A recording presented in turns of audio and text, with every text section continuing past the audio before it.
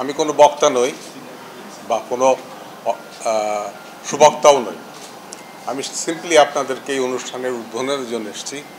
আমি বলবো এই কথাই যে শিবির মাহমুদ সাহেবের এই বইয়ে কি আছে তা উনি মহৎ ব্যক্তি, ওই মহৎ ব্যক্তি উনি ক্যারি করেছেন আমার ছোট্ট একটা কথা, ওর মধ্যে এই বই সম্পর্কে যা বলার আমি বলেছি। আমি ওনার এখন বলবো শুধুমাত্র ওনার সান্নিধ্যে আমরা কীভাবে নয় দিগন্ত থেকে গত 15টা বছর এই হেজিমনের মধ্যে দিয়ে এগিয়ে গেছি, যখন কেউ আমাদের পাশে ছিল না, কেউ আমাদের সহায়তা করতে আসে নাই।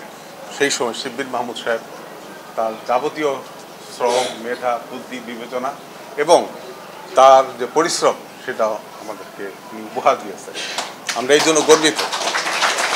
আমরা মনে করি নয় দিগন্ত আল্লাহর মেহেরবানি এবং এই প্রতিষ্ঠানের যারা কর্মীবৃন্দ তাদের স্যাক্রিফাইস, তাদের ধৈর্য ধারণ করার যে আল্লাহ একটা ক্ষমতা দিয়েছিলেন, আমরা সেই ক্ষমতা নিয়ে শিবির মাহমুদ সাহেবের নেতৃত্বে এগিয়ে গেছি।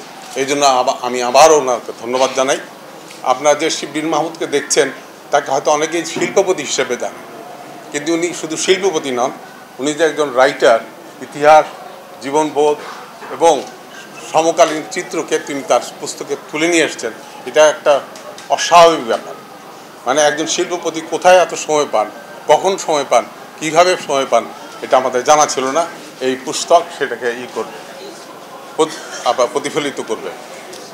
সেই সময়কার কালচার, সেই সময় ইতিহাস, সেই সময় অর্থনীতি, সেই সময় সমাজ ব্যবস্থা সব এই গ্রন্থে চলে এসছে।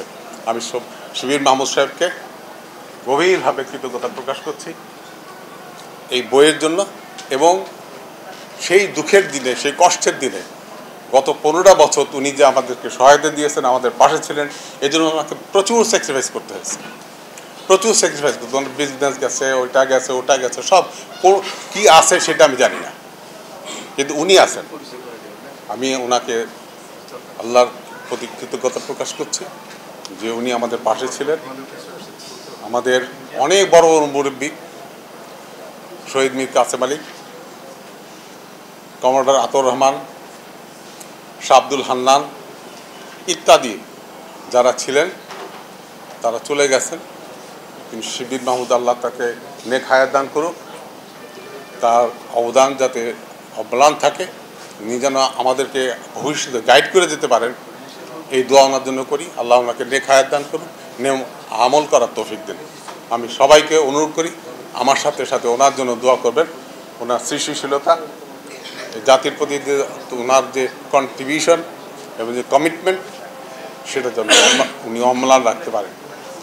আমি এই কথা বলে আপনাদের ধৈর্যচ্যুতি ঘটাবো না, আমি বিদায় নিচ্ছি। ধন্যবাদ।